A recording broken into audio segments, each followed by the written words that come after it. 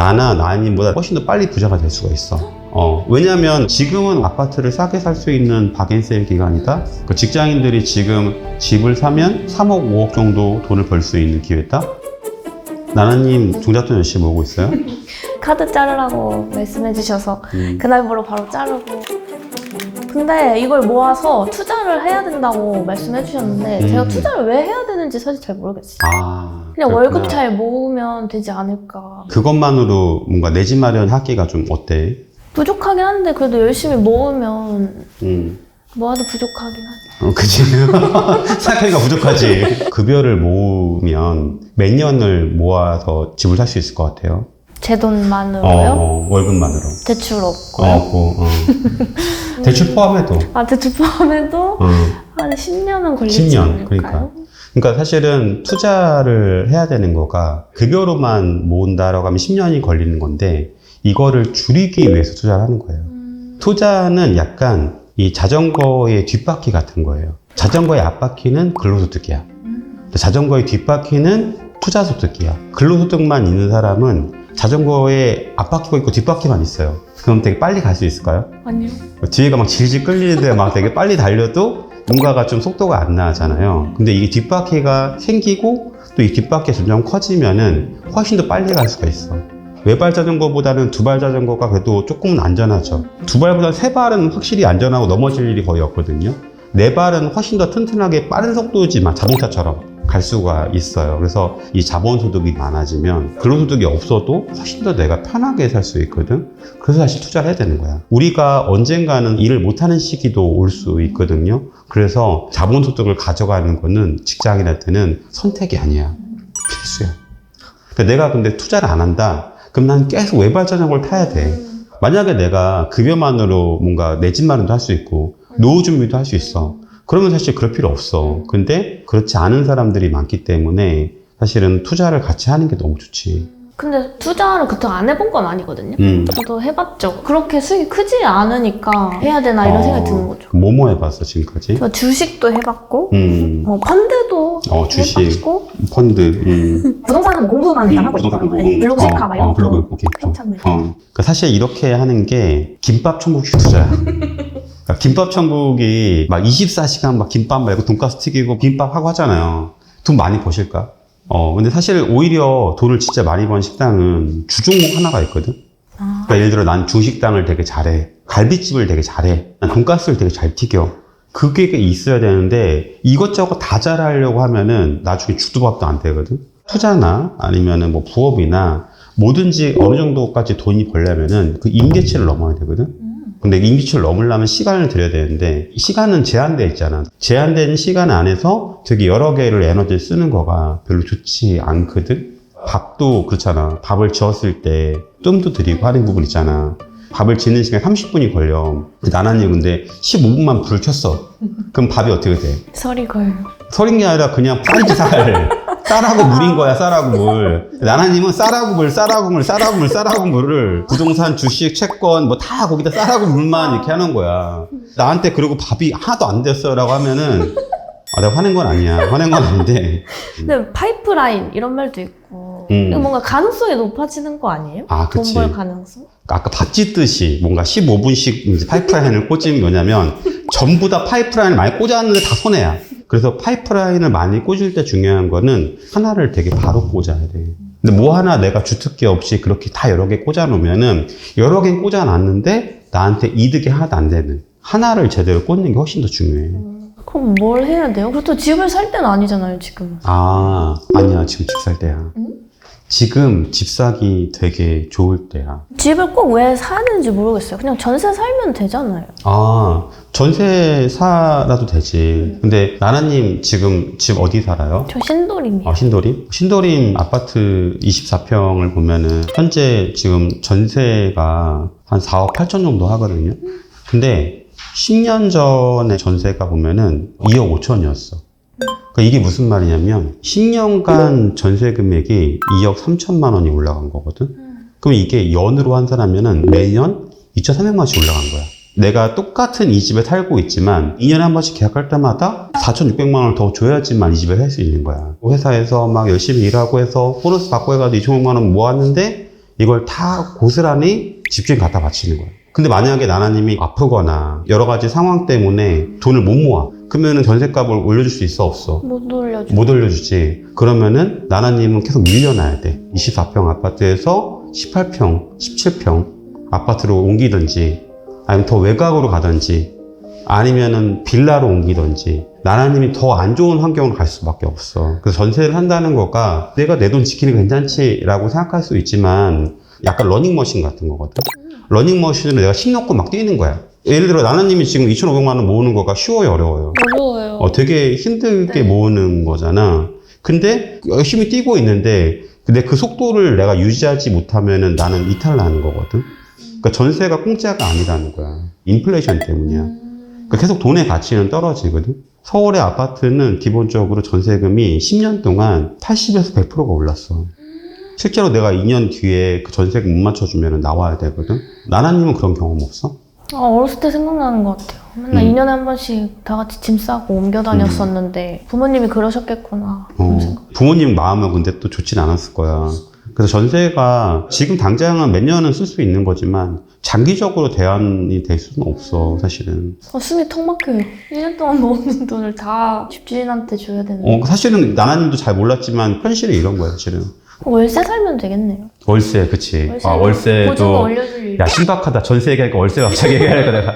월세는 이제 사실 더 최악이지. 왜요? 월세는 절대 하면 안 돼. 왜냐면 이 아파트를 10년 전에부터 살았다라고 하면은 2.5억에서 4.8억이라는 종잣돈이 있는 거잖아. 나중에 주인한테 그 돈을 받거든? 근데 나나님이 만약 월세를 하면은 처음부터 돈이 다 부서지는 거야. 모아진 종잣돈이 하나도 없는 거야, 10년 뒤에. 그러면 훨씬 더 또 힘든 거지. 그래서 월세는 더 최악인 거야, 사실은. 그럼 너번에는 지금이 부동산의 기회라고 생각하시는 거예요? 나는 사실 지금 되게 좋은 기회를 생각해요, 개인적으로. 그 직장인들이 지금 집을 사면 어쩌면 3억, 5억 정도 돈을 벌 수 있는 기회다?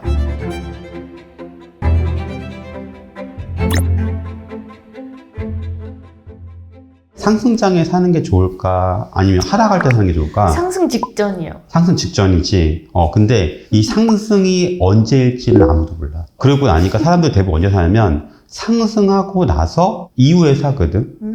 근데 문제는 뭐냐면 만약에 이때가 신도림 아파트의 하락장인 시기야. 그럼 이때 집을 산 사람들은 지금 하락장에서 돈을 잃었을까 안 잃었을까? 그래도 벌었어. 그래도 벌었지. 근데 내가 만약에 나나님이 얘기한 것처럼 상승하고 바로 1년, 2년 뒤에 산 사람들은 돈을 벌었지만 거의 못 벌었지. 네. 심지어 상승장이라고 말하는 2019년도, 20년도에 집을 사는 사람들은 지금 돈을 잃었어. 그러니까 오히려 아파트를 살 때 시장이 안 좋을 때 사야 돼. 하락장인 상황에서 집을 사신 분들도 최고가 대비할 때는 7억 더 벌었고 지금 가격이 빠진 상태로 보더라도 5억 더 벌었거든. 나나님이 10년 동안 5억 모으기가 어떨 것 같아? 어때요? 그러니까 사실은 하락장을 만났을 때 직장인들이 이런 기회를 잡는 거는 내 자산을 점프할 수 있는 진짜 좋은 기회야. 근데 많은 사람들이 오히려 하락장에서는 두려워하는 거가 난 좀 안타까워, 솔직히. 돈 잃을까봐 좀 걱정이 돼요. 그렇지. 돈 잃을까봐 걱정이 될 수 있어. 근데 부동산 자산 같은 경우는 많이 빠진다 하더라도 어느 정도 그 빠졌을 때의 폭이 있어. 이 아파트 같은 경우 보면은 한 25% 빠졌거든? 네. 그럼 되게 많이 빠진 거야. 거의 무유비하라고 봐도 돼. 지금 정도 사면은 5년, 10년 뒤 봤을 때 얘가 잃을 확률은 거의 없다. 왜냐면 얘는 사람들이 찾는 수요가 있고 또 물가가 올라가는 인플레이션이 있기 때문에 지금은 오히려 아파트를 싸게 살 수 있는 박앤세일 기간이다 라고 나는 생각해, 개인적으로. 아까 내가 근로소득과 자본소득 얘기했지. 이 자본소득을 챙길 수 있는 시기다. 지금 되게 좋은 시기다라고 생각해, 개인적으로. 다만 되게 중요한 건 뭐냐면 이 아파트의 가치가 오르는 곳이어야 돼. 장기간 봤을 때 가치가 처박히는 곳도 있거든. 근데 그런 것은 사면 안 돼. 근데 만약에 가치가 오르는 곳이다 라는 걸 사면 돼. 그걸 어떻게 아냐면 여기 신도림 같은 경우는 1호선하고 2호선이 같이 지나가고 있어. 부디가디도 근처에 있고 직장들이 잘 연결된 곳이거든. 도림천도 있고 사람들이 수요가 많은 곳이야. 이런 곳은 가치가 올라가는 곳이야. 지금 이거 사도 된다는 말씀. 이거 사도 괜찮은데 만약에 같은 매매가면 나는 더 좋은 것이 많다고 생각해. 더 좋은 게 뭐예요, 그러면? 더 좋은 거는 사실 용적 이런 것들은 좀 공부를 해야 되겠지. 근데 전반적으로는 굉장히 매력적인 가격이다. 그 공부가 어려워요, 노바나님. 임장 가야 되고 아파트 공부해야 되고. 근데 전 주말에는 좀 쉬어야 되잖아요. 근데 나나님이 집을 산다고 하면은 얼마 정도 올랐으면 좋겠어? 10년 동안? 10억? 10억? 그럼 1년에 1억이 오르는 거잖아. 네. 근데 나나님이 1년에 1억을 모은다라고 하면 어떨 것 같아? 모을 수는 없어요. 그러니까 이게 뭐냐면 나나님이 되게 힘들다라고 하는 거 나도 이해가 되거든. 새로운 분야에 공부하는 거고 책도 읽어야 되고 강의도 들어야 되고 임장도 가야 되고. 근데 내가 이거를 진짜 한 6개월 동안 책 읽고 강의 듣고 임장 가고 해서 내 집 마련을 했다. 그리고 내가 3억, 5억을 번다. 그럼 어떨 것 같아? 물론 부동산 투자 공부가 쉽다는 건 아니야. 근데 실제로 돈 버는 건 다 힘들다. 다 힘든데 이것만 유난히 더 힘들다라고 생각한다고 하면은 내가 6개월 동안 투자해서 10억을 벌 수 있다라고 하면 굉장히 꿀 아닐까? 뭔가 되게 꿀인 투자 아닐까? 왜냐면 내 시간 대비 그런 가성비가 나올 수 있을까? 상승장 직전부터 하면 되겠죠? 그러면? 나나님 혹시 코로나 때 돈 혹시 얼마나 벌었어? 못 받았어요. 못 벌었지. 그러니까 많은 사람들이 착각하는 게 그거야. 사실 기회라는 게 계속 오거든. 지금도 기회가 왔어. 근데 이런 기회를 잡을 수 있는 사람은 준비된 사람만 잡는 거야. 난 그게 너무 답답해. 지금 내가 볼 때는 기회인데 되게 많은 사람들은 주저하고 두려워하고 뭘 살지 내가 어떻게 될지조차도 모르거든. 어떻게 시작해야 될지조차도 모르고. 근데 그거는 내가 준비가 하나도 안 됐기 때문이야. 그럼 내가 상승장 전이라고 바로 살 수 있을까? 그런 논리였다면은 나나님이 코로나 때 주식을 사서 100억을 벌었어야 돼. 비트코인이나. 근데 그러지 않았잖아. 네. 그거는 왜냐면 그 전에 준비가 안 됐기 때문이야. 사실은. 그래서 내 돈그릇을 키워야 돼. 네, 돈그릇을 키우면은 내가 그렇게 기회가 막 돈이 쏟아질 때 막 받을 수가 있거든? 근데 내 돈그릇이 없는 사람은 그냥 놓쳐. 돈 눈이 내리는지도 몰라. 그리고 지나고 나서 뛰어들거든? 네, 그리고 좀 힘들어하고. 그러니까 그래서 사실은 그 기회가 오기 전에 준비하는 게 훨씬 더 중요해. 그 기회 내가 오면 바로 잡을 수 있다? 거의 못 잡아. 왜냐면 기회인 자체를 모르니까. 나란히도 지금 기회인지 모르잖아. 네. 이거 보면서 떨어질 것 같아요. 이런 말 하고 있잖아. 빛나는 눈빛으로. 너랑 이거 사도 돼요? 라고 막 했잖아. 나라면 이거보다 더 좋은 거 사겠다라고 말하는 거가 그게 사실은 안목이고 실력이거든? 지금이 기회라고 하셨으면 웬만한 건 다 되는 거 아니에요? 그러면? 그치. 웬만한 건 되지. 근데 나나님이 예를 들어 가진 돈이 1억이야. 그러면 아파트를 10개 살 수 있나? 1억으로 10개요? 아니요? 못 샀잖아. 그러니까 이게 무슨 말이냐면 가진 돈은 정해져 있어. 그럼 나나님이 살 수 있는 건 한두 개야. 그러면 내가 이 돈으로 어떻게 가장 제일 좋은 걸 사지? 내가 가치를 보는 눈조차 없으면 내가 이런 좋은 시장에서도 진짜 이상한 걸 살 수가 있거든. 그래서 그런 분도 있어. 공부 안 하고 막 사서 바닥으로 처박히는 사람도 있거든. 기본적으로는 굉장히 좋은 시기다. 하지만 그 안에서 내가 가진 돈으로 얼마나 가장 효율적인 투자를 할 거냐. 그것 때문에 돈 공부하는 거지 사실은. 그럼 그 돈그릇을 어떻게 키워요? 돈그릇은 쉽게 생각하면은 내가 투자할 물건에 대해서 얼마 정도의 기대 수익이 되겠다. 비용은 이 정도 되겠다. 이 8억짜리가 떨어지면 얼마까지 떨어지지? 그리고 올라가면 얼마나 올라가지? 그걸 내가 아는 게 돈그릇인 거지 사실은. 가치를 보는 눈을 키우려면은 책을 읽고 강의를 듣고 임장을 가면서 내 앞마당을 하나씩 만들어 갔던 것 같아. 가격이 비슷한데 어느 지역이 훨씬 더 좋아. 살기도 좋아 보이고 그 주변에 직장도 많고 학군도 괜찮고 그런 지역들이 있거든. 같은 가격인데. 그러니까 그런 것들을 보는 것들이 돈그릇을 키우는 일이야. 근데 뭔가 새로운 방법이 있을 것만 같은 생각도 드는 것 같아요. 19년 전과 달라진 지금 시장. 19년과 달라진 지금 시장. 챗 GPT가 생기고 메타버스가 생기고 AI가 생기고 그러면 잘 공간은 안 필요해? 잘 공간. 내가 챗 GPT가 있고 가상 세계가 있으면은 내가 하루 누워 잘 공간은 안 필요해?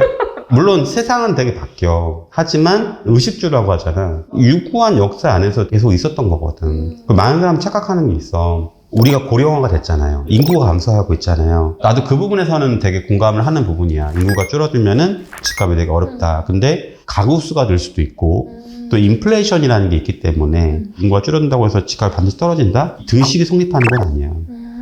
그러니까 미국도 그렇고 유럽도 그렇고 비슷하게 고령화되고 인구가 감소하는 나라들이 많아.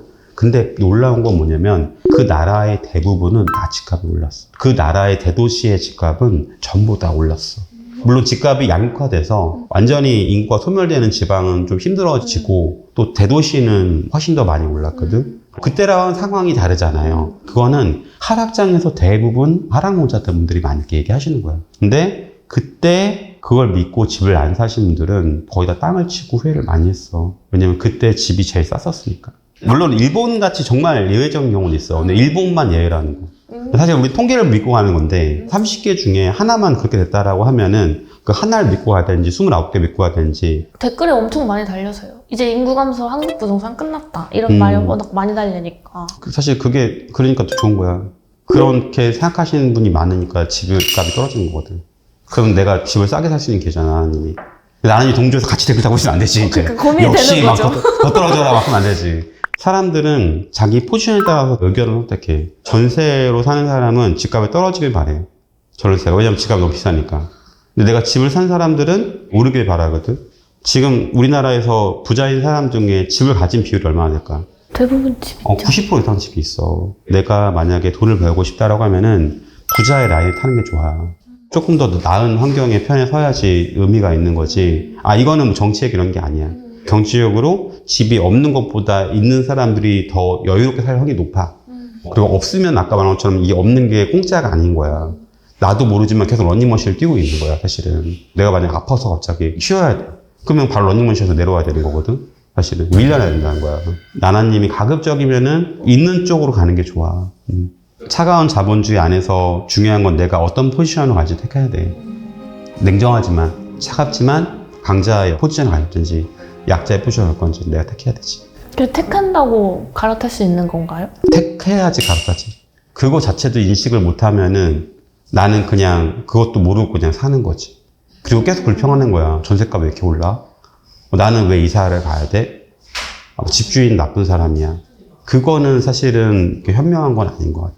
그래서 이왕이면은 현명한 선택을 해야 돼. 그래야 가족들이 다 편해져. 이해는 가요. 어떻게 해야 된다는지. 근데 솔직히 제가 뭘부터 해야 될지는 막막해요. 아, 맞아. 막막하지. 공부라는 게 그런 것 같아. 예를 들어 선생님이 영어를 막 얘기해. 저렇게 하는 거구나. 오케이, 저렇게 하는 거야. 근데 내가 똑같이 말하는 게 내 실력인 거잖아. 공부라는 거는 학습이라는 거야. 학은 배우는 거야. 그러니까 나나님 내가 이런 얘기하면 너 하나 잘한다 라고 하면 안 된다는 거야. 왜냐면 내가 잘해야지. 내가 여기선 이 아파트보다 저게 나은 거구나. 아, 내가 같은 돈일 때는 여기를 해야 되는구나. 그걸 내가 깨달아가는 과정이 필요한 거지. 그게 돈 공부야. 근데 그게 아니라 너가 하나 잘하는데 돈 많이 벌겠는데 막 그러면은 그리고 나는 그대로고. 그러면 사실 이게 최악이야. 진짜 최악. 내가 그거를 실제로 하나하나 하면서 내 거화 해야 돼. 나는 나나님이 그랬으면 좋겠어. 왜냐면 결과적으로 내 인생은 내가 책임지는 거거든. 내 실력대로 내 돈그릇대로 돈이 따라오는 거기 때문에 어떤 공부를 하면 좋을까요? 내가 19년차 투자자인데 내가 투자한 것들을 있는 그대로 알려줄 거야. 열반스쿨 강의를 들어. 그게 제일 빠를 거야, 아마. 어떤 사람들은 뭐 강의팔이다 이렇게 하는 경우도 있어요. 물론 그렇게 생각할 수도 있어. 근데 그 19년의 경험을 내가 레버리지 하는 거거든. 매주마다 임장을 가고 지금까지 정말 많은 집을 투자하고 매수 매도를 하고 했던 것들을 나나님이 되게 쉽게 이제 이걸 얻어가는 거거든. 그래서 나는 그런 것들이 나쁜 투자를 생각하지 않아. 돈 몇십만 원 들여서 그 사람의 경험을 살 수 있다. 그럼 나는 그거 괜찮은 투자 생각해. 왜냐면 10년 이상의 시간 아낄 수 있다라고 하면은. 왜냐면 나나님이 지난 1년간 시간이 지났을 때 내가 이걸 사면은 5천만 1억 벌겠다 이런 것들에 대해서 좀 잡혀 안 잡혀? 잘 모르겠지. 그러니까 내가 유튜브로 공부하지 말라는 거야. 너나이가 했던 거, 너바나가 했던 것들을 직접 듣고 그거를 하나하나 내가 같이 걸어봐야 돼. 물론 똑같이 할 필요는 없어. 왜냐면 우리가 쪽집게처럼 알려줄 거거든. 그래서 요것만 하면 돼. 훨씬 더 쉽게 할 수 있어. 오히려 나나님보다 나나님 훨씬 더 빨리 부자가 될 수가 있어. 왜냐면 우리가 쌓았던 경험들을 다 알려줄 거니까 불편하고 필요 없었던 거는 하지 않아도 되는 거고 해야 될 것만 딱 쏙 알려주기 때문에 그렇게 하니까 훨씬 더 편한 거예요, 사실은. 완전 지름길이네요. 그게 좀 쇼컷인 거지, 어떻게 보면은. 근데 굳이 혼자서 막 유튜브 보면서 하는 거가 돈은 아낄 수 있지만 시간을 못 아끼는 거지. 그러면 계속해서 기회는 되게 날아가는 거지, 점점 더. 하락장, 인구 감소 이런 얘기 제가 했지만 사실 약간 변명이었던 것 같아요. 자신이 좀 없으니까. 대부분은 처음 때는 다 그래. 뭐가 신호고 뭐가 소음인지 잘 모르거든. 그러니까 신호는 내가 따라가야 될 거고 소음은 내가 그걸 차단해야 될 거야. 근데 또 너무 많은 정보가 흐르다 보니까 괜찮을까라고 생각이 들 수가 있거든. 화자가 어떻지? 내가 원하는 모습을 갖고 있나? 그 모습을 갖고 있는 사람 얘기를 더 들으려고 하는 것 같아. 만약에 내가 부동산 투자를 한다고 하면은 이왕 자산이 없는 사람보다 자산이 있는 사람 얘기 들으려고 할 것 같고, 자산이 없는 사람이 막 그렇게 얘기하는 거는 워너비가 그 사람은 아니기 때문에 나는 그냥 듣고 그냥 소음이구나 라고 생각을 했던 것 같고, 나도 처음에 나나님처럼 부동산 처음 투자할 때는 되게 어려웠었어. 근데 지나고 나서 보니까 이게 맞더라고. 이게 당연한 거군요. 당연한 거지. 당연한 과정인 거지. 당연한 과정이야. 근데 여기서 중요한 거는 당연한 과정에서 묵묵하게 내가 원하는 걸 가진 사람들이 했던 선택들을 해나가는 게 되게 중요해. 그걸 깎아내리는 사람이 아니라. 그게 난 되게 중요한 거야. 내가 목포를 다녀와서 투자했던 것들이 전부 다 망했어. 다 공식이야. 직장인이 10억을 꿈꾼다는 거는 되게 쉽지 않은 거야. 너만 나라면 지금 2024년에 이렇게 투자할 것 같다, 이런 지역에 투자할 것 같다라는 거를 알려줄 거야. 10억을 달성을 하면 게시판에다가 10억 달성 글을 써주시잖아요. 그런 사람이 한 명이 아니라 엄청 많은 사람들이 그걸 증명을 하고 있는 거잖아요. 그걸 보면 더 성과를 낼 수도 있겠는데? 라는 믿음이 생겼던 것 같고, 친구들이 결혼을 하기 시작을 했어요. 자가로 샀던 그 집들이 뭐 2억씩 3억씩 오르는데 전 아무것도 한 게 없는 거예요. 부동산이든 뭐든 해야겠다라고 생각해서 계속해서 강의를 수강을 하고, 다른 강의에서는 투자의 기준을 얘기해 준다는 생각은 안 들었거든요. 그 사람의 예측이 틀리는 상황이 오면 나는 돈을 다 잃어버릴 수밖에 없는 상황인 거잖아요. 하지만 이제 열기반 수업을 들었을 때는 미래를 예측하기보다는 행동 플랜들을 엄청 자세하게 설명을 해주셔서 그냥 두루뭉술하게 얘기를 해주시는 게 아니라 진짜 막 수치를 다 계산을 해주시면서 스스로가 투자해서 돈을 벌 수 있다는 자신감도 생길 수 있고 저의 기준까지 같이 올려준다는 생각이 들어요. 이 강의는 뭘 사라고 찍어주는 강의는 아니다. 내가 왜 투자를 해야 하는지 그 이유를 설명을 해주고 방법을 알려주는 강의이기 때문에 내 인생이 바뀔 수도 있는 기회를 놓칠 수도 있는 거니까 한번 들어보면 좋겠다라고 얘기를 할 겁니다.